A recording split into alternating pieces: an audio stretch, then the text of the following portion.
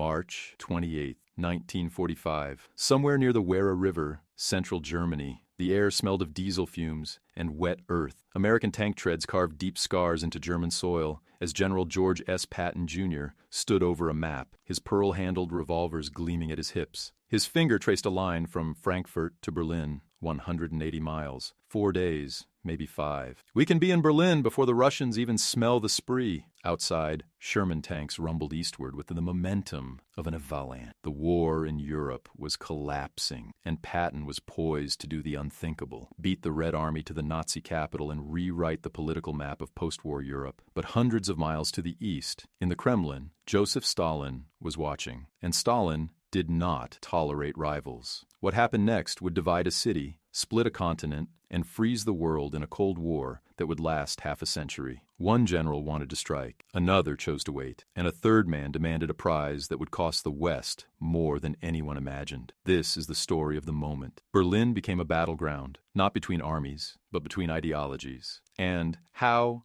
a decision made in days shaped the world for decades. March 28, 1945, somewhere near the Werra River, central Germany. The air smelled of diesel fumes and wet earth. American tank treads carved deep scars into German soil as the Third Army rolled eastward with the momentum of an avalanche. In the command tent, under the flickering glow of kerosene lamps, General George.Patton, Jr. stood over a map of Germany, his pearl-handled revolvers gleaming at his hips. His finger traced a line from Frankfurt to Berlin, 180 miles, 4 days, maybe 5 if they pushed hard. His eyes burned with the fervor of a man who believed wars were won, not by caution, but by speed, aggression, and the will to strike first. He turned to his staff officers, his voice sharp as a whip crack. We can be in Berlin before the Russians even smell the spree. Outside, the rumble of Sherman tanks echoed through the valleys. The war in Europe was collapsing, the Wehrmacht was disintegrating, and Patton, the most audacious general in the American arsenal, was poised to do the unthinkable, beat the Red Army to the Nazi capital and rewrite the political map of post-war Europe. But hundreds of miles to the east in the Kremlin, another man was watching. Joseph Stalin did not believe in coincidences, and he did not tolerate rivals. The spring of 1945 was not merely the end of a war, it was the beginning of a new struggle, one that would define the next half-century. The Allied coalition, stitched together by necessity, and the shared enemy of Nazi Germany, was fraying at the seams. The Yalta Conference in February had drawn borders in pencil, not ink. Promises had been made, spheres of influence sketched, but on the ground, where tanks moved and flags were raised, nothing was certain. Berlin was more than a city, it was a symbol. Whoever took it would claim not just victory, but legitimacy. The Soviets had bled for it. Over 20 million dead, cities reduced to ash. The Red Army had clawed its way from Stalingrad to the gates of the Reich, and Stalin considered Berlin a blood debt owed to the Soviet people. The Americans, by contrast, had arrived late to the European theater, their forces intact, their homeland untouched. To Stalin, the idea that Patton might seize Berlin was not just militarily offensive, it was ideologically intolerable. Patton did not care about symbols. He cared about momentum. By late March, his Third Army had shattered German defenses along the Rhine and was driving deep into the heart of Germany. His tanks covered 60 miles in a single day. His supply lines stretched thin, but his confidence did not. He saw the Red Army stalled on the Oder River, regrouping after brutal urban combat in East Prussia and Poland. He saw an opportunity. In his mind, the war could be finished in a week. Berlin could be his. And if Berlin fell to American forces, the political landscape of Europe would shift. Poland, Czechoslovakia, Hungary, nations Stalin intended to dominate, might look westward instead. Patton understood this. So did Stalin. But between them stood one man, General Dwight D. Eisenhower, Supreme Commander of Allied forces in Europe. And Eisenhower was about to make the most controversial decision of his career. On March 28th, Eisenhower sent a message, not to Washington, not to Churchill, but directly to Moscow, to Stalin. The cable bypassed the combined chiefs of staff, bypassed protocol, and stunned the British. In it, Eisenhower informed Stalin that American and British forces would not advance on Berlin. Instead, they would halt at the Elbe River and pivot south toward Dresden and Leipzig, leaving the Soviet Union a clear path to the German capital. The British were furious. Churchill fired off cables demanding explanation. Berlin was within reach. Why surrender it? But Eisenhower's reasoning was coldly pragmatic. Berlin, he argued, had no military value. It was a ruined city, heavily defended, and taking it would cost tens of thousands of American lives. The real threat, he believed, lay further south in the so-called National Redoubt, a rumored Alpine fortress where Nazi fanatics might make a last stand. Better to let the Soviets bleed for Berlin while American forces secured Bavaria and Austria. It was a military calculation, but it was also a political concession, and Stalin knew it. Stalin did not respond with gratitude. He responded with suspicion. In the Soviet mind, capitalist powers were never to be trusted. The West had delayed the Second Front for years,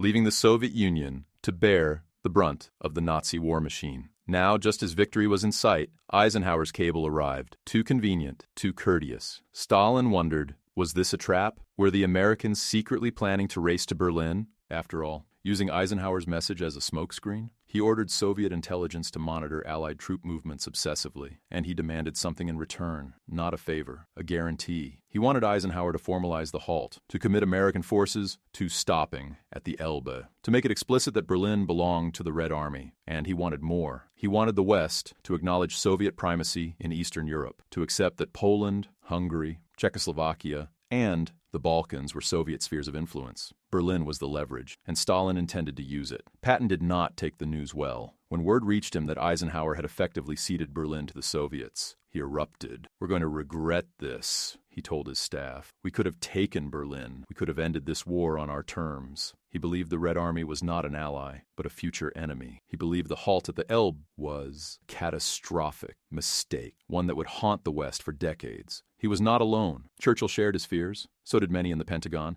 But Eisenhower held firm. He was not a politician. He was a general. And in his mind, the priority was ending the war with minimal American casualties, not playing geopolitical chess with Stalin. The decision was made. The Third Army would stop, and Stalin would get his prize. But Stalin did not stop at Berlin. With the American halt secured, he poured every available division into the final assault on the German capital. Over 2.5 million Soviet troops encircled the city. Thousands of artillery pieces unleashed a bombardment so intense that survivors described it as the earth itself screaming. The Battle of Berlin began on April 16, 1945. It was not a battle. It was an execution. German defenders, many of them Hitler Youth, and old men, fought with the desperation of the damned. Soviet losses were staggering. Over 80,000 killed in 2 weeks. But Stalin did not care. Berlin had to fall to Soviet hands. It had to be a Soviet victory, because Berlin was not just the end of the war. It was the beginning of Soviet Europe.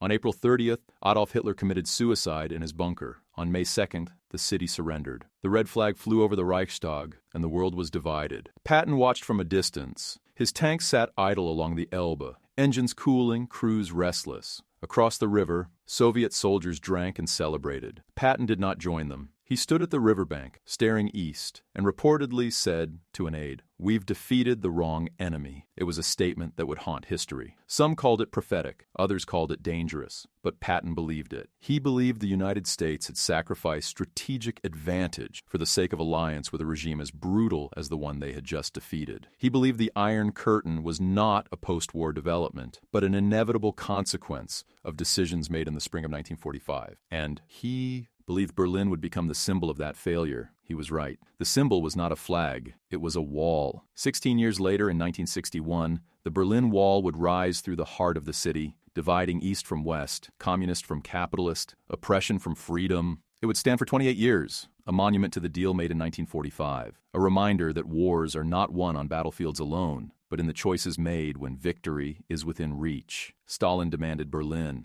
Eisenhower gave it to him. Patton wanted to take it. Churchill wanted to hold it. But none of them could foresee what Berlin would become. A city split, a people divided, a Cold War frozen in concrete and barbed wire. The decision to halt at the Elbe was military, but its consequences were political, ideological, existential. It shaped the world for half a century. What did Stalin actually demand? The historical record is fragmentary, but the evidence is clear. In cables between Moscow and Soviet commanders, Stalin insisted on total control of Berlin's capture. He pushed Marshal Zhukov and Marshal Konev into a competitive race, deliberately stoking rivalry to accelerate the assault. He demanded that the final blow be Soviet, that the victory be unambiguous, that no Western forces participate in the fall of the Reichstag. He demanded propaganda supremacy, newsreels, photographs, glory. and he demanded territorial concessions. At Yalta, borders had been sketched. At Potsdam, they would be formalized. But in the spring of 1945, Stalin was already acting as if Eastern Europe was his. He installed communist governments in Poland and Romania before the war even ended. He arrested anti-Soviet resistance fighters. He redrew maps. Berlin was the capstone. Without it, his claim to Eastern Europe would be weaker. With it, he could impose his vision on half the continent, and Eisenhower's cable had given him the opening. There were those who argued Eisenhower was right, that Berlin was militarily irrelevant, that the cost in American lives would have been unconscionable, that the Red Army deserved the final victory after their immense suffering. And there is truth in that. The Soviet Union bore the brunt of the Nazi war machine. Over 27 million Soviet citizens died. Entire cities were erased. The siege of Leningrad alone killed 1 million people. The Red Army paid for Berlin in blood long before they reached its gates. To deny them that victory would have been, in Stalin's eyes, a betrayal. But Patton saw something else. He saw the Soviet Union not as a wounded ally, but as an expansionist empire cloaked in the rhetoric of liberation. He saw the NKVD following the Red Army, liquidating resistance, imposing terror. He saw the future, and he believed the West was surrendering it without a fight. The tension between Patton and Eisenhower was not personal, it was philosophical. Eisenhower believed in coalition warfare, in maintaining alliance cohesion, in winning the current war before worrying about the next. Patton believed in striking while the enemy was weak, in seizing advantage, in dictating terms from a position of strength. Both were right, both were wrong. War is not binary. It is a spectrum of choices, each with consequences that ripple forward The decision to halt at the Elbe ended the war faster. It saved American lives. It honored the Soviet sacrifice. But it also ceded political ground that would take decades to reclaim. It created the conditions for Soviet domination of Eastern Europe. It made Berlin a symbol of division rather than liberation. And it left a question that still echoes. Could the Cold War have been avoided if Patton had reached Berlin first? Historians debate this endlessly. Some argue that Soviet domination of Eastern Europe was inevitable, that Stalin would have taken it by force regardless of who captured Berlin. Others argue that American presence in Berlin would have changed the calculus, that Stalin would have been forced to negotiate rather than dictate. The truth is unknowable. History does not offer alternative timelines, but the symbolism remains. Berlin was the moment when the alliance ended and the Cold War began. It was the moment when military victory gave way to political reality, and it was the moment when Stalin's demands were met, not with resistance, but with acquiescence. Patton did not live to see the Berlin Wall. He died in December 1945 after a car accident in occupied Germany. Some called it suspicious, others called it tragic irony, but his warning lived on. We've defeated the wrong enemy. It became a rallying cry for cold warriors, for those who believed the West had been too trusting, too naive, too willing to compromise with tyranny. It became a lens through which an entire generation viewed the post-war order. And it became a question that haunted American foreign policy. When do you stand firm, and when do you concede? When is compromise wisdom, and when is it surrender? Stalin, for his part, never acknowledged doubt. In Soviet propaganda, the fall of Berlin was the ultimate triumph of socialism over fascism, of the Red Army over the forces of reaction. The role of the Western Allies was minimized, their contributions downplayed. Berlin was a Soviet victory, period. And for decades, that narrative held. In the East, Berlin was the symbol of Soviet power. In the West, it became the symbol of Soviet oppression. The same city, two meanings, one war, two outcomes. The object that symbolized it all was not a weapon. It was a train. The Berlin S-Bahn, the elevated railway that ran through the heart of the city, continued to operate even after the city was divided. East German trains ran through West Berlin, stopping at ghost stations sealed off by barbed wire and armed guards. Passengers could see the abandoned platforms through the windows as they passed. Haunted spaces frozen in time. It was a perfect metaphor. A city split. A people divided. A railway that connected nothing. The S-Bahn ran until 1961, when the wall went up, and even that fragile connection was severed. After that, Berlin was two cities, and the world was two worlds. The epilogue is this: wars end, but their consequences do not. The decision to halt at the Elbe was made in days. Its effects lasted decades. Stalin demanded Berlin, and he got it. Patton wanted Berlin, and he was denied. Eisenhower chose pragmatism, and history judged him ambiguously. But the deeper truth is that Berlin was never just about Berlin. It was about what kind of world would emerge from the ashes of World War II. A world of cooperation or competition. A world of shared victory or rival empires. A world where freedom expanded or contracted. Patton believed the West chose wrong. Stalin believed he won. Eisenhower believed he did his duty. And Berlin Divided, scarred, symbolic, became the stage where their choices played out for half a century. The wall fell in 1989. The Cold War ended, but the questions remain. When victory is within reach, what do you sacrifice to claim it? And when you let an enemy become a rival, how long before the rival becomes the enemy? The spring of 1945 was the last moment when those questions could have been answered differently, and Berlin,